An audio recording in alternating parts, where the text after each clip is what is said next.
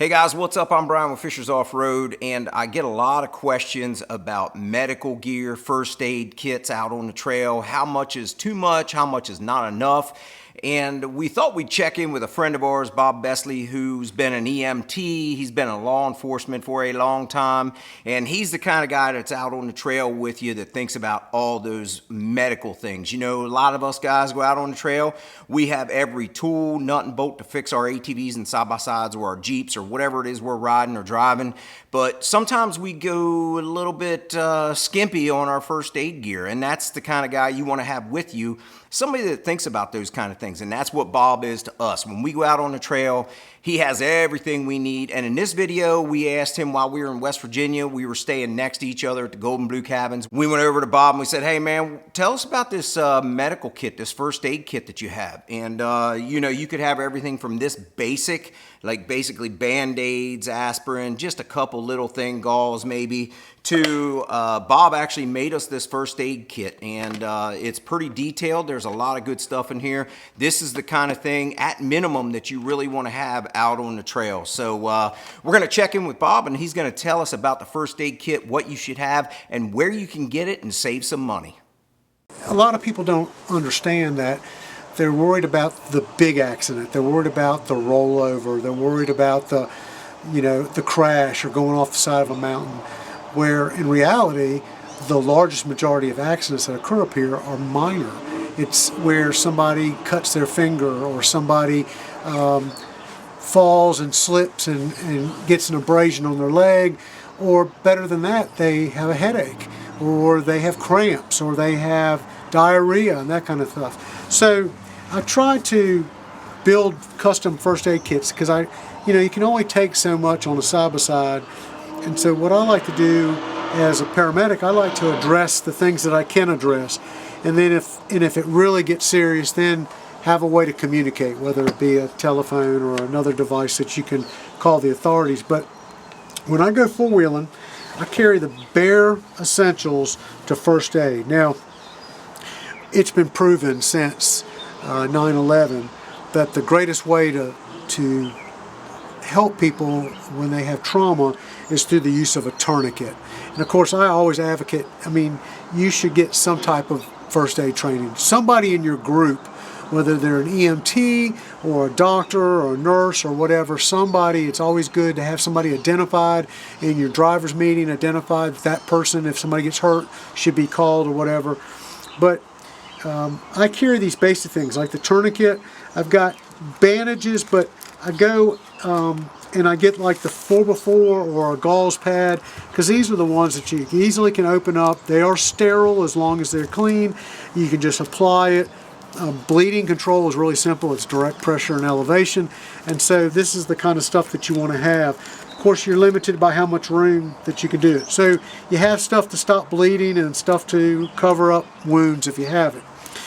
The other thing that I like to have is just a little variety of different medicines. And so what I do is I like to go on Amazon and I like to find these little capsule type things. They're waterproof, and I like to label them. I have aspirin in some, acid reducer, Advil, Benadryl, which is a biggie because you have people that frequently get stung or whatever. We've had people in our group that I ride with on a regular basis that literally have gotten stung by a bee and went into anaphylactic shock. And if we had not had the Benadryl, there's no telling what could have happened. Different stuff. I like to have a survival rescue blanket because keeping somebody warm, especially if you're up here during the winter time, is important. If they get hurt, keeping them warm.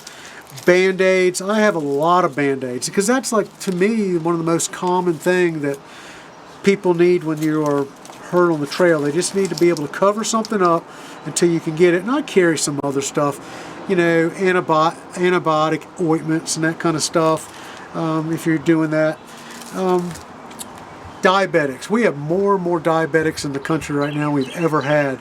So as a diabetic myself, I know it's easy for me to take my insulin in the morning and then get out on the trail, really have a lot of fun and be working hard and that kind of stuff, and then all of a sudden my sugar drops. So I've seen it out here on the trail. My sugar itself has dropped before, so I carry instant glucose tablets, and this is just like sugar, testosterone sugar. I mean, it's really hardcore and it really will help you out. Alcohol pads, that kind of stuff. I even carry a light stick in case we're out here and it's at nighttime or whatever and we need to signal to the paramedics how to get to us and that kind of stuff. I carry a light stick to light the place up and that kind of stuff. So just basic stuff. I carry this because that's where 99% of the accidents are going to occur on the trail. It's the minor stuff.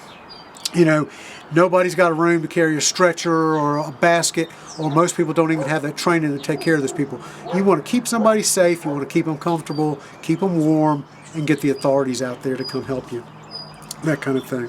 So while we sometimes think about fixing tires and we think about air pressure and that kind of stuff, we've got to worry about taking care of our fellow riders on the trail. So that's how I do it. It's not perfect. It's not the way. It's only a way.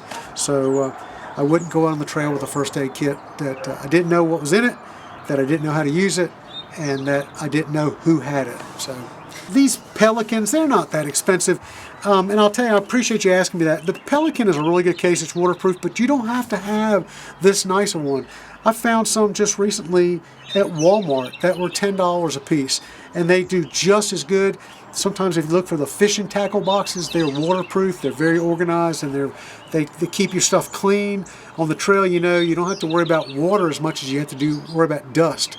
And so these keep it clean, but you don't have to have it. And I'll tell you another secret.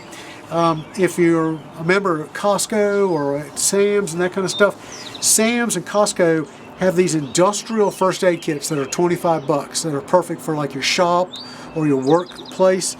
Go get one of those and then take all the junk out of that kit and put it into this, making it a better fit for you on the trail. It's a no-brainer. So you're talking about $30, $35, and then how valuable is it when somebody gets hurt?